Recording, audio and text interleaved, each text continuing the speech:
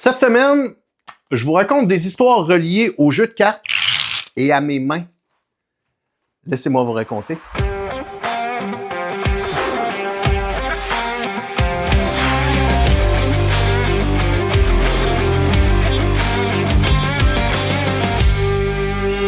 Moi, il y a un trait de ma personnalité que très peu de personnes savent, mais pratiquement juste ma famille immédiate, mon frère, ma soeur, puis mes parents et moi qui savent ça, c'est que quand j'étais jeune et début d'adolescence, j'avais les mains qui shakaient. J'avais constamment un shake d'un doigt qui pouvait ressembler à quelque chose comme ça, là. En permanence.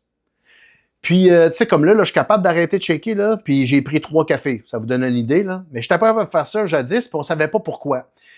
Puis là, ma mère a dit, ben voyons donc, tu dois être stressé, il doit y avoir sûrement quelque chose. Non, moi, le stress, je savais même pas ce que ça voulait dire jusqu'à l'âge de 30 ans. J'ai jamais été quelqu'un de gêné non plus. Fait que ça pouvait pas être ça. C'était peut-être le sucre d'un céréal le matin, par contre, là. Mais, tu sais, j'avais tout le temps ce shake-là. Et j'ai comme réalisé par la suite là, que c'était probablement une énergie mal canalisée. C'est que moi, j'ai tout le temps eu ce désir artistique-là qui se manifeste majoritairement par ma bouche, ma capacité à m'exprimer, mais mes mains. Jouer du piano, jouer de la percussion, manipuler les cartes des objets pour faire de la magie et jouer du drum, parce que j'ai joué du drum aussi dans ma vie. Mais à cette époque-là, là, 12, 13, 14 ans, là, je faisais rien de particulier avec mes mains et je compare ça un peu avec quelqu'un qui écoute la télévision puis qui shake de la jambe, là. Tac, tac, tac, il y a la jambe qui sautille, là.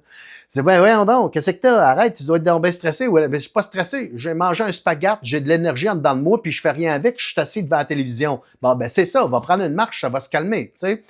Donc, tout ça a commencé à prendre forme quand je suis arrivé à peu près ça, l'âge de 14-15 ans, puis il est arrivé 2 affaires. Première affaire, ma sœur apprenait des cours de piano. Fait que mes parents, pour l'encourager, avaient acheté un piano à maison, mais elle n'était pas tout le temps dessus. Fait que là, moi, j'embarquais sur le piano, puis je pianotais, puis j'apprenais 2-3 petites pièces de piano que je jouais. Premier moment où mes doigts faisaient comme vraiment quelque chose de particulier.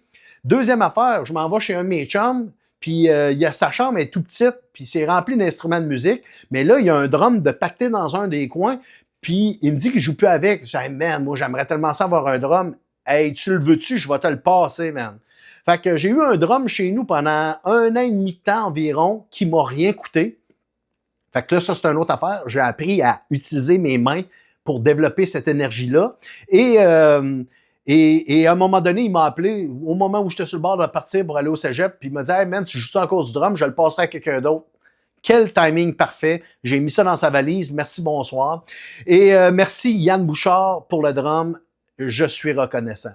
Et donc, c'est ça. Puis moi, je vous avais expliqué dans une vidéo antérieure que j'avais découvert Alain Choquette avec Adlib et que j'avais découvert comment il faisait certains de ses numéros. Donc, j'avais appris 3-4 de ses numéros de tour de cartes et j'avais aussi appris à mélanger comme ça en le regardant faire au ralenti. J'avais aussi appris à faire ça en le regardant faire au ralenti.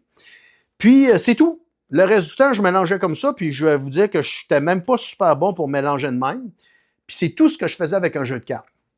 Moi, j'ai tout le temps été le style de personne à aimer la diversité en magie. J'aime pas juste ça, les tours de cartes. J'aime faire des tours avec des pièces de monnaie, avec un crayon Sharpie, avec faire apparaître des billets de banque, faire des affaires avec du feu, faire du mentaliste, la diversité. Fait que comme j'avais appris comme 3-4 tours de cartes qui étaient pas pires, j'étais satisfait, je m'étais arrêté là, moi. Mais là, il faut comprendre une affaire, c'est que dans le monde de la magie, là, les tours de cartes, là, c'est ça qu'il y a en plus grande quantité. Il y a des encyclopédies complètes de tours de cartes et il y a plusieurs encyclopédies différentes. Fait qu'avec un jeu de cartes, là, tu pourrais entertainer du monde, là, quasiment forever, à jamais faire le même tour 2 fois, là. Il y en a des possibilités énormes auxquelles je m'étais fermé. Puis là, à un moment donné, il est arrivé quelque chose. J'ai à peu près 26 ans. Puis il y a un de mes best friends, Pascal. Pascal me dit, je suis allé en fin de semaine au restaurant avec ma famille et il y a un magicien qui est passé à notre table juste avant qu'on mange pour nous faire des tours de magie, nous entertainer, là. Le gars faisait des tours de cartes, là. Seb, il faut que je te le dise, là. Le gars, il était meilleur que toi. Puis quand ça vient de ton best friend, t'as comme pas le choix de le prendre. Parce que moi, je le sais que venant de lui, il ne dit pas ça juste pour me piquer, là. Tu sais, il veut pas me blesser, là, lui, là, c'est mon meilleur ami, là. Il me dit ça parce qu'il pense que c'est important que je le sache. Puis là, ben, tu sais, moi, je la connais, la réalité aussi, là. Je sais que je fais tout le temps les mêmes tours de magie, puis que j'ai arrêté de pratiquer de ce côté-là. Fait que là, j'ai mis quelque chose en pratique. C'est que j'ai arrêté de performer des tours de cartes pendant au moins 6 mois. Et pendant cette période-là, j'ai fait 2 affaires. La première affaire, c'est que j'ai ouvert mes œillères et j'ai recommencé à faire des recherches par rapport aux tours de cartes. Puis là, tu sais, les encyclopédies, là, il y en a du stock en masse, ces tours de cartes. Fait que là, en ouvrant mes œillères, là, je me suis mis à avoir accès à du matériel qui était effectivement meilleur que ce que je faisais, puis qui me forçait à réapprendre, à recommencer à travailler et à améliorer mes numéros. Là, ça, c'est la première affaire. Ça a été bénéfique parce que par la suite, le monde, tu le vois, là, tu le vois, quand ton numéro il est meilleur, la réaction du public est meilleure. Et surtout, moi, j'avais un bon barème parce que mon frère m'a vu faire des tours de magie toute ma vie. Fait qu'à tout bout de champ, j'arrivais avec un nouveau numéro puis faisais « Oh, wow, OK, moi, je pensais que je comprenais tout en magie avec les 3-4 numéros que tu nous fais depuis tout le temps. Là. Puis là, wow, là, je comprends plus rien. » Ah, bon, c'est le fun, tu sais. Et le fun pour lui, c'est le fun pour moi, c'est le fun pour tout le monde. L'autre affaire, c'est que je me suis mis à pratiquer la manipulation des cartes. Fait que j'allais au-dessus de mon matelas dans ma chambre, puis je pratiquais. Pourquoi au-dessus de mon matelas? Parce que j'échappais mes cartes tout le temps. Le premier mélange que j'ai décidé que je voulais apprendre, c'est celui-là. Apprendre à faire ça, là, ça m'a pris au moins 3 mois. 3 mois durant lesquels, pendant les 2 premiers mois, là, ça ne fonctionnait absolument pas et j'étais constamment en train d'échapper mes cartes. Puis, tu sais, là, à un moment donné, là, je pense que, OK, là, j'ai eu la preuve que je suis quand même assez tenace là, dans mon désir d'apprendre, mais il y a eu une période de temps où, je vous le dis, j'ai été à ça de tout lâcher, là. Puis de dire, hey, sais-tu quoi? Je vais laisser ça à quelqu'un d'autre, là. Parce que là, on n'est pas obligé de tout faire dans la vie, là. Puis là, moi, visiblement, ça marche pas. L'affaire qui arrive, c'est qu'apprendre à mélanger comme ça, c'est un petit peu comme apprendre à danser avec un partenaire. C'est que, disons, là, que tu n'as jamais fait de salsa de ta vie, puis tu commences. Là. Non seulement il faut que tu apprennes le tempo, les pas, mais après ça, il faut que tu apprennes à le faire avec quelqu'un. Faut pas qu'il y ait de résistance. T'sais, si moi je te pousse, il faut que toi tu reçoives, puis on suit la même cadence, puis il faut que ça se fasse de manière fluide. Bon, ben mélanger, là, c'est la même affaire. Mélanger un jeu de cartes. C'est que là, quand tu commences au début, là, t'es tout crispé. Fait que là, tes doigts serrent bien trop fort, puis là, même, première affaire, c'est que ça fait mal dans l'intérieur des doigts parce que tu serres trop fort, puis ça marche pas, puis ça fait pas beau. Fait que là, t'échappes tes cartes, tu te fais mal aux doigts, puis c'est un petit peu rough pour l'ego à un moment donné, là. Jusqu'à temps que tu apprends à relaxer, à lâcher prise, puis là, ça commence à embarquer. Et l'autre affaire, là, c'est que là, quand tu réussis à l'avoir dans ta chambre au-dessus de ton matelas, là tu as un autre step à faire. C'est d'aller le faire devant du monde. Parce que là, tu arrives pour performer, puis là, il y a un phénomène de stress, là. Parce que là, tu veux pas échapper tes cartes. Puis ça, c'est encore une fois, je fais un parallèle avec le piano, là. C'est la même affaire que quand tu es rendu que tu es capable de jouer une pièce de piano tout seul dans ta pièce, là, devant ton piano, devant personne. Puis que là, tout à coup, tu te dis, ben, sais-tu quoi?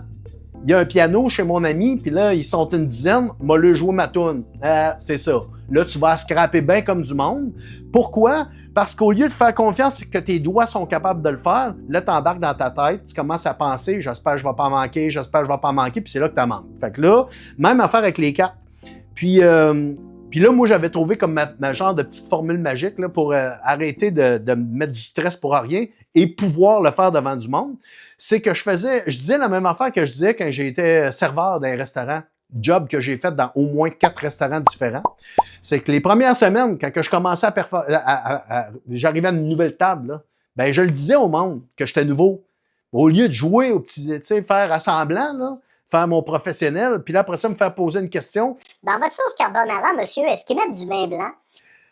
Je le sais pas, je vais aller chercher la réponse, puis là, t'as de l'air d'un ticoun. Fait qu'au lieu de faire ça, je le disais d'entrée de jeu. Salut, je suis nouveau, fait que 4 jours, je travaille ici, je vais essayer de vous servir du mieux possible, mais s'il y a des questions que je suis pas capable de répondre, je vais aller chercher la réponse dans la cuisine, puis je vais revenir. C'est-tu correct pour vous autres? Là, ça enlève le stress à tout le monde. On sait à quoi s'en tenir. Puis là, si le service y est bon, ben là, ils vont te donner encore plus de pourboire parce que tu as fait une bonne job parce que c'était nouveau.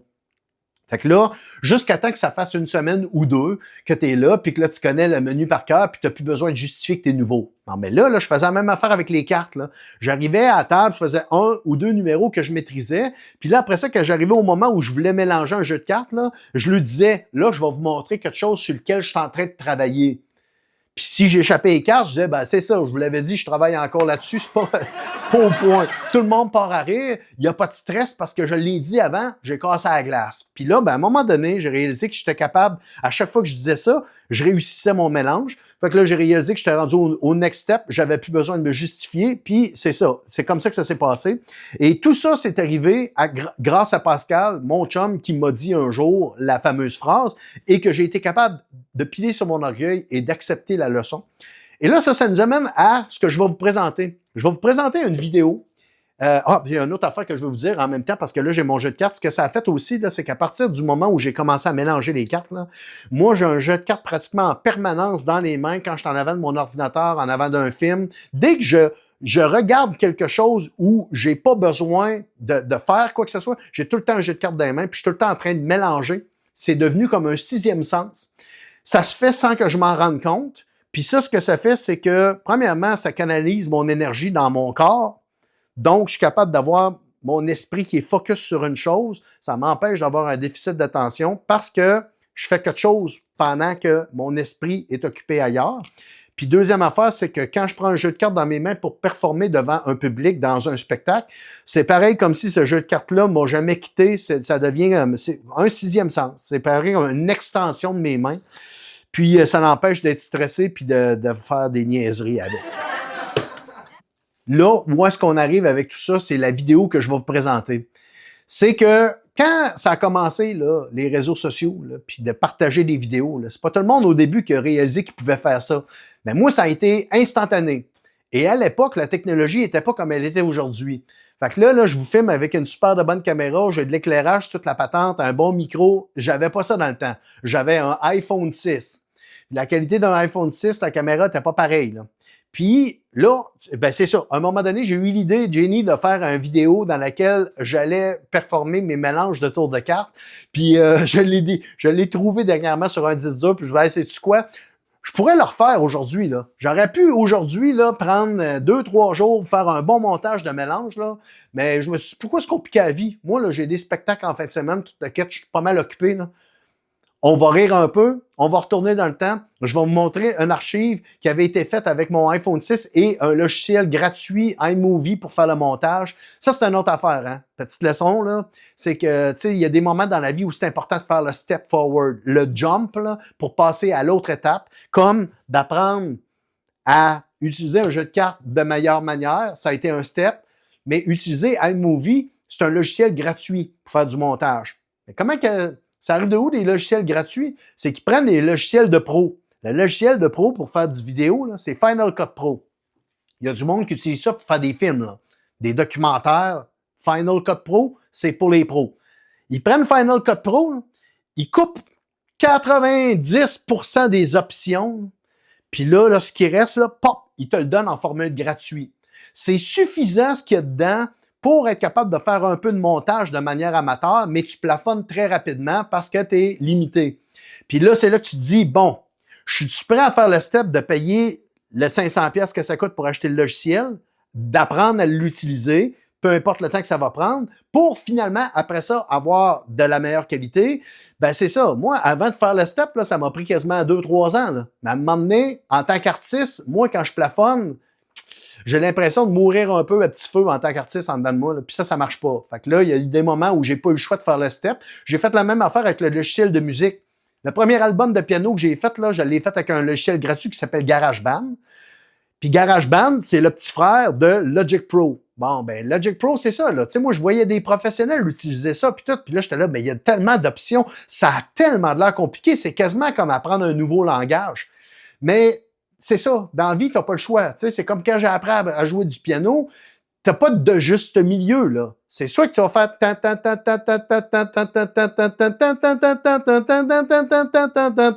le restant de ta vie, ou tu acceptes de t'acheter un vrai piano puis de mettre le temps que ça prend, sans compter tes heures, pour un jour être capable de jouer comme du monde. Il y a un step entre les deux. Puis pour faire ce step-là, il faut que tu te pitches dans le vide puis que tu dises « je le fais ». Bon, ben la vidéo que je vous montre là, je t'ai pas rendu là encore. Mais ça a été fait avec une bonne intention, puis je trouve que c'est cool de revoir quelque chose qui a été fait dans le temps, avec une ancienne technologie, avec de la musique d'époque. Puis je vous laisse là-dessus, tout le monde. Puis bonne écoute.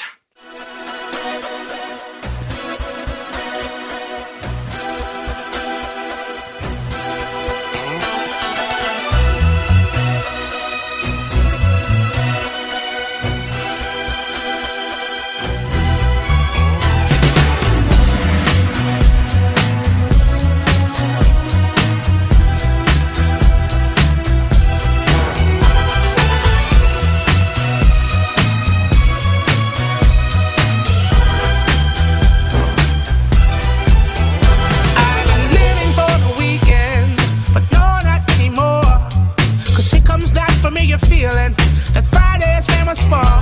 Yeah, I'm looking for some action, and it's out there somewhere. You can feel the electricity all in the evening air, and it may just be more of the same. But sometimes you wanna go where everyone knows your name. Voilà pour le petit retour dans le temps. J'espère que j'aurai pas de problème avec les droits d'auteur parce que j'ai pas changé la musique dans la vidéo. Je l'ai laissée exactement comme à l'époque. Merci à toutes les personnes qui partagent la vidéo. Si vous saviez la différence énorme que ça fait pour moi, j'apprécie. Merci pour vos commentaires et vos likes, votre écoute et votre présence. Et à la semaine prochaine.